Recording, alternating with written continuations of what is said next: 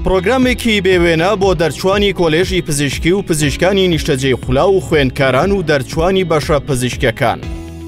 ئەگەر خوێندکاری قۆناغی کۆتایی پزیشکیت و تازە دەست دەکەیت بەکاری پزیشکیت لە نەخۆشخانەکاندا، ئەگەر دەرچووی بەشێکی پزیشکیت و دەتەوێت یەکێک بیت لەو کەسانی کەوا زانیاری و لێهاتووی بەدەست بهێنیت دەربارەی حاڵەتە باوەکانی فریاکەوتن و چۆنێتی ڕزگارکردنی قوربانی لە ڕوودا و حاڵەتە ساردەکاندا، وا چۆنێتی کارکردنی پێکەوەی تیم وۆرکینگ لە حاڵەتە کتوپڕەکاندا، بۆ شارەزایی بەدەست بهێنیت لە ناسینەوە و دیاریکردنی حاڵەتەکان لە ڕێگەی ECG-ەوە، ئەوە ئەم دەرفەتە بۆ تۆ. هەرێکە لە کۆرسەکانی Basic Life Support BLS، Advanced Cardiac Life Support ICLS، Advanced Trauma Life Support ATLS، Electrocardiogram ECG، Medical/Surgical Emergency.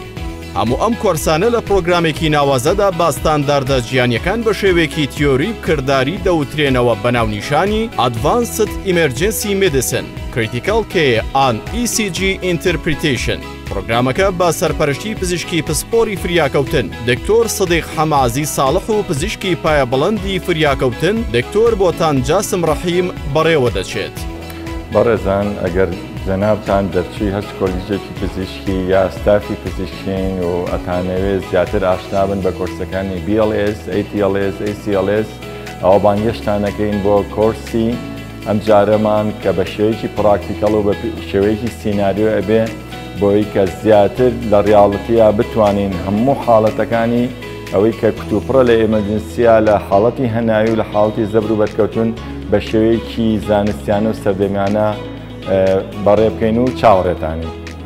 ئەم پرۆگرامە یارمەتیدەرێکی تەواوی ئێوە دەبێت بۆ بوون بە پزیشک و ستافێکی تەندروستی پێشکەوتووی پرۆفیشناڵ لە سەرجەم حاڵەتە سارد و گەرمە پزیشکیەکاندا.